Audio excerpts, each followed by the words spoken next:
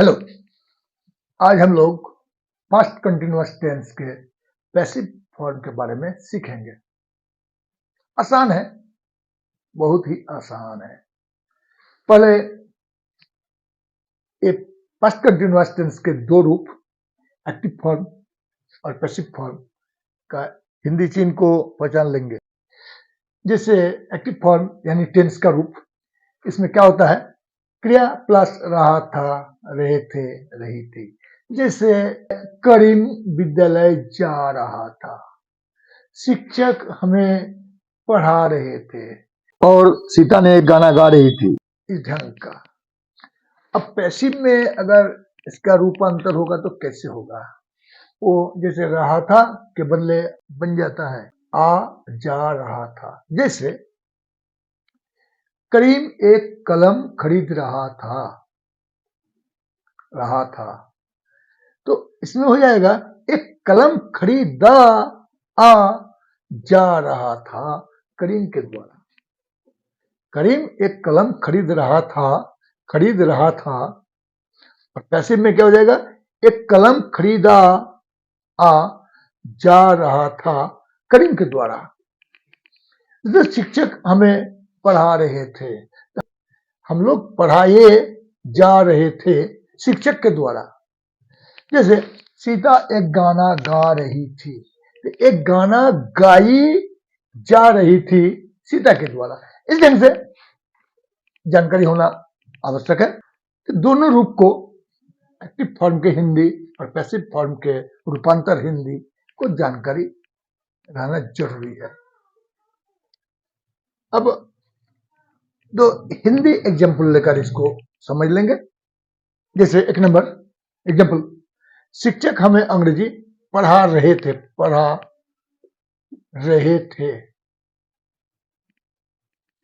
तो सेंटेंस में हम लोग देख रहे हैं कि अंग्रेजी पढ़ाने की काम, ये कार्य उस शिक्षक यानी सब्जेक्ट द्वारा संपन्न हो रहा है। जब कोई काम वाक्य में सब्जेक्ट के द्वारा कोई कार्य संपन्न होना बोध हो, ऐसे सेंटेंस को हम लोग एक्टिव फॉर्म मानते हैं।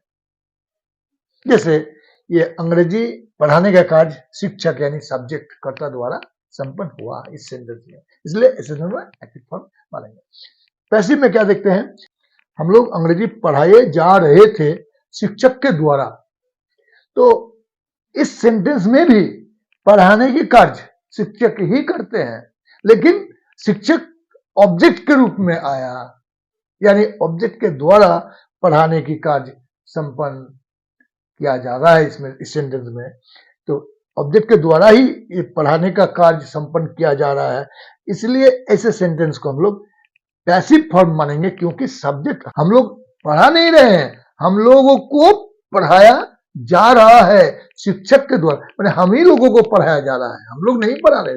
सब्जेक्ट है हम लोग, लेकिन ऑब्जेक्ट है शिक्षक। जब सब्जेक्ट ऑब्जेक्ट बन जाता है, उसके साथ अगर द्वारा लगा रहे, सब्जेक्ट के साथ द्वारा जुड़ने पर वो ऑब्जेक्ट बन जाता है। तो इस शिक्षक के द्वारा ही संपन्न हो रहा है, शिक्षक के द्वारा ही, लेकिन शिक्षक इस सेंटेंस में ऑब्जेक्ट के रूप में आया। जब ऑब्जेक्ट के रूप में आकर कोई कार्य संपन्न होना बोध हो, ऐसे सेंटेंस को हम लोग पैसिव फॉर्म मानते हैं। दूसरा, हेमा एक पत्र लिख रही थी। तो एक पत्र लिखने का कार्य हेमा कर रही थी। हेमा इस सेंटेंस में क्या है? करता है, यानी सब्जेक्ट है। तो जब सब्जेक्ट के द्वारा कोई कार्य संपन्न होना बोध हो, उस सेंटेंस को एक्टिव वॉइस मानेंगे, ये एक्टिव फॉर्म है। पैसिव में क्या हो जाएगा? जैसे एक पत्र लिखी जा रही थी हेमा के द्वारा। अब हेमा लिखने का कार्य हेमा के द्वारा ही हो रहा है, लेकिन हेमा इस सेंटेंस में ऑब्जेक्ट के रूप में आया। जो ऑब्जेक्ट के रूप में आकर कार्य को संपन्न करना बोध हो, ऐसे सेंटेंस को हम लोग पैसिव फॉर्म मानेंगे या मानते हैं। तो एक चीज चिन्ह को मिला लीजिए। जैसे शिक्षक हमें अंग्रेजी पढ़ा रहे थे, देखिए पढ़ा क्रिया और रहे थे, और उसका ये जा रहे थे। देखिए हम लोग अंग्रेजी पढ़ाए जा रहे थे, पढ़ाए जा रहे थे। दूसरा में देखिए हेमा एक पत्र लिख रही थी, लिख रही थी। और पैसिव में क्या है? एक पत्र लिखी माने ई जा रही थी, ई जा रही थी।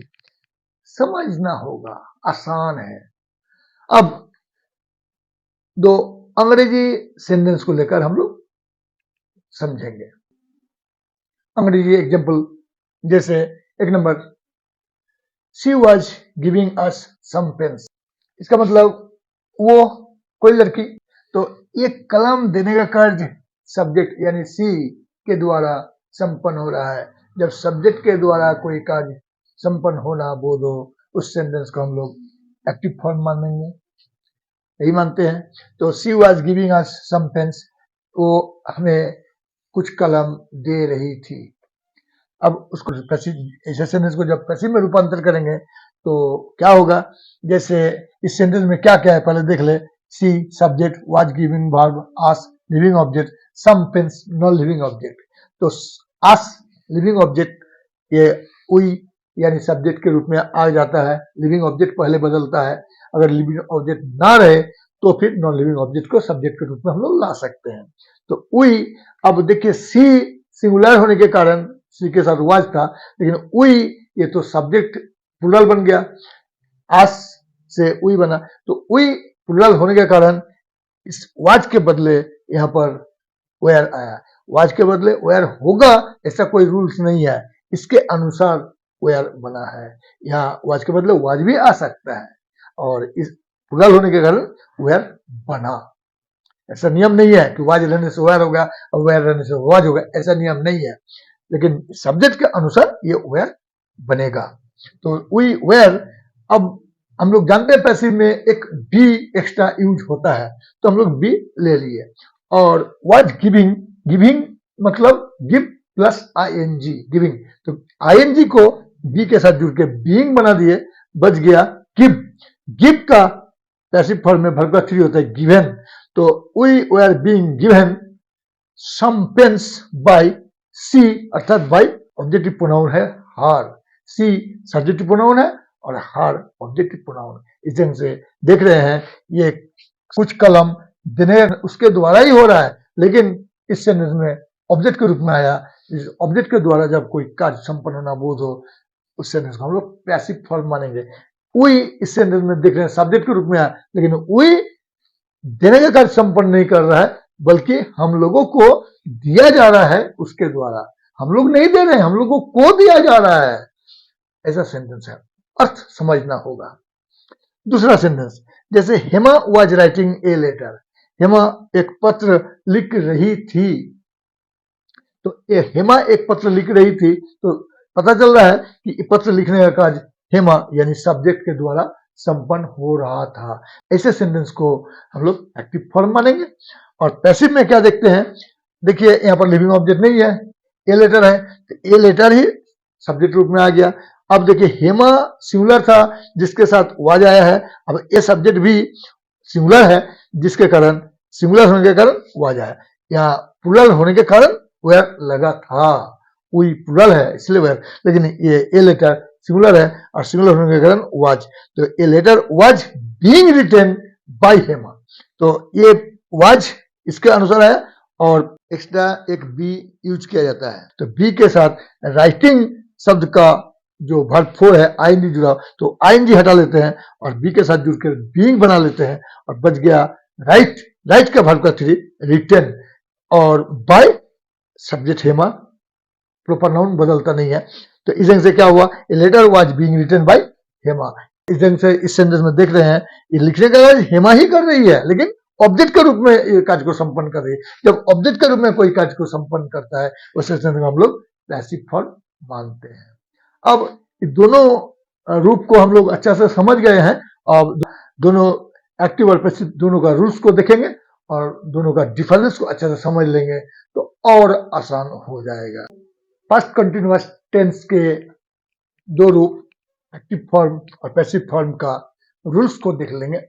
जैसे एक्टिव फॉर्म यानी टेंस का रूप, इसमें क्या होता है, subject plus was were auxiliary verb plus principal verb होता है वर्ब फोर, जैसे verb plus ING, writing, reading, going, eating, seeing, playing, verb plus ING plus object उसके बाद अदर टाइम कुछ भी रह सकता है। और इतना तक समझने से आपका काम चल जाएगा। पैसिव में देखते हैं, इस एक्टिव फॉर्म का ऑब्जेक्ट जो है वही पैसिव में सब्जेक्ट बन जाता है, जो जिन्हें हम लोग देख सकते हैं कि ये जो ऑब्जेक्ट है एक्टिव फॉर्म का ऑब्जेक्ट डायरेक्ट इसमें सब्जेक्ट बन जाता है, सब्जेक्ट बन जाता है। तो ये ऑब्जेक्ट सब्जेक्ट बन जाता है और इस सब्जेक्ट के अनुसार वाज वेयर, सिंगुलर सब्जेक्ट होने पर वाज और प्लूरल सब्जेक्ट होने पर वेयर, इसके साथ इसका कोई संपर्क नहीं है। ये ऑब्जेक्ट जो सब्जेक्ट बनेगा इस सब्जेक्ट के पर्सन नंबर के अनुसार वाज या वेयर, अगर सिंगुलर हो तो वाज, प्लूरल हो तो वेयर यूज किया जाता है। उसके साथ अब पैसिव में एक extra B, B plus ING, ये जो वर्ब फोर क्या होता है, वर्ब प्लस आईएनजी, तो ये आईएनजी बी के साथ जुड़ा जाता है और ये बी को वर्ब फोर बनाया जाता है और वर्ब वन आईएनजी हटने से जो वर्ब वन बचता है वर्ब वन को वर्ब थ्री का रूप दिया। पैसिव फॉर्म में कभी भी प्रिंसिपल वर्ब दूसरा रूप नहीं होता है, प्रिंसिपल वर्ब का रूप वर्ब थ्री यानी पास्ट पार्टिसिपल का ही रूप होता है। किसी भी टेंस का पैसिव फॉर्म में वर्ब थ्री यानी पास्ट पार्टिसिपल ही यूज किया जाता है और उसके बाद अदर टाइम जो भी हो यहाँ आ जाएंगे और अंत में बाय, ये सब्जेक्ट जो भी है यहाँ पर अगर प्रोनाउन हो तो सब्जेक्टिव प्रोनाउन हो तो ऑब्जेक्टिव प्रोनाउन बनेगा और नाउन हो प्रॉपर नाउन तो जो का तो बढ़ जाएगा। इस तरह से आप लोग जानते हैं कि कई बार इसका चर्चा किया गया है।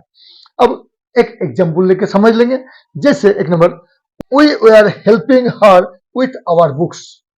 तो वी वेयर, वी मैंने हम लोग प्लूरल है तो वी वेयर हेल्पिंग हर मैंने उसे, उस लड़की को हम लोग मदद कर रहे थे, वी वर प्लेइंग, हम लोग उस लड़की को मदद कर रहे थे विथ आवर बुक्स, हम लोग अपने किताब से उसको मदद कर रहे थे। तो हम ही लोग यानी सब्जेक्ट के रूप में मदद करने का काम काज को संपन्न किया, तो इस सेंटेंस को हम लोग एक्टिव फॉर्म मानेंगे। और इसमें क्या क्या है देखिए, वी सब्जेक्ट है, वी आर हेल्पिंग वर्ब है, her living object, with our books ये आपका नॉन लिविंग ऑब्जेक्ट है, ठीक, अदर के रूप में आया है लेकिन नॉन लिविंग ऑब्जेक्ट है।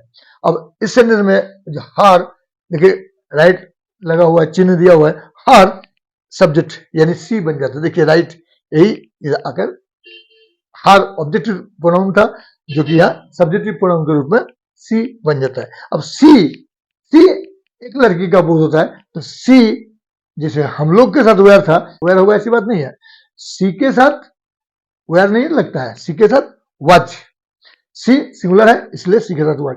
ये आगे आप लोग अभी अभी देखे वाज के बाद वेयर, तो इसलिए वाज के बाद वेयर है, वेयर का ऐसा नियम कुछ नहीं है, ये आया है इस वी के अनुसार, ये आया सी के अनुसार, इसके साथ इसका कोई रिश्ता नहीं है। लेकिन ये रिश्ता जरूर है कि यहाँ एक ऑक्सिलरी वर्ब है तो इस सेंटेंस में भी एक ऑक्सिलरी वर्ब होगा, वाज या वेयर। अब वाज यहाँ पर वेयर है इसलिए यहाँ वेयर होगा, या वाज है तो वाज, ऐसा कोई नियम नहीं है, इसके अनुसार ये होगा और इसके अनुसार ये होगा। सी के अनुसार वाज आया और वी के अनुसार वेयर आया था।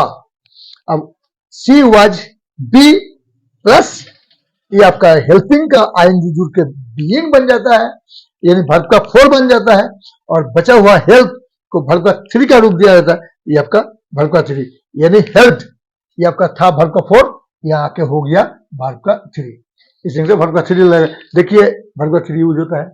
और विथ आवर बुक्स, देखिए with our books, by we था बाय आस, इस ढंग से देख रहे हैं इस सेंटेंस में भी किताबों से मदद करने का काम हम लोग के द्वारा ही हो रहा है, लेकिन हम लोग इस सेंटेंस में ऑब्जेक्ट के रूप में मदद कर रहे हैं, आस के द्वारा मदद किया जा रहा है। तो वी यहाँ पर सब्जेक्ट था लेकिन आस यहाँ पर ऑब्जेक्ट के रूप में है। जब ऑब्जेक्ट के द्वारा ऑब्जेक्ट के रूप में आकर कोई कार्य को संपन्न करना बोध हो तो ऐसे सेंटेंस को हम लोग पैसिव फॉर्म माने। बहुत ही आसान है, इसको सीखा जा सकता है, बहुत आसान है। इसमें क्या देख रहे हैं, एक्टिव फॉर्म का सब्जेक्ट पैसिव फॉर्म में बाय लगेगा यानी ऑब्जेक्ट बन जाता है और एक्टिव फॉर्म का ऑब्जेक्ट पैसिव फॉर्म में डायरेक्ट सब्जेक्ट बन जाता है। लेकिन सब्जेक्ट ऑब्जेक्ट ऑब्जेक्ट सब्जेक्ट, देखिए सब्जेक्ट ऑब्जेक्ट बन गया, ऑब्जेक्ट सब्जेक्ट बन गया, ये होगा, लेकिन किसी भी स्थिति में ये सब्जेक्ट, ये ऑब्जेक्ट जो बनेगा, पर्सन नंबर नहीं बदलना चाहिए। अगर पर्सन नंबर बदल जाएगा तो सेंटेंस का अर्थ ही बदल जाएगा। ये ऑब्जेक्ट का पर्सन नंबर, ये सब्जेक्ट का पर्सन नंबर, पर्सन नंबर नहीं बदलेगा, भले वर्ड भले अलग हो जाए लेकिन पर्सन नंबर एक ही रहना चाहिए। और इस सब्जेक्ट के अनुसार वाज या वेयर यूज किया जाएगा। और ये तो आप लोग जानते हैं, बीइंग कैसे हो गया, पैसिव में एक एक्स्ट्रा बी, और बी के साथ भाग फोर का आईएनजी जो कि बीइंग बन जाता है, यानी भाग फोर बन जाता है, और वर्ब वन रहता है यहाँ पर आईएनजी हटने के बाद, तो वर्ब वन को वर्ब थ्री का रूप दिया जाता है। कर सकते हैं, प्रैक्टिस कीजिएगा, आसान है। आज इतना ही।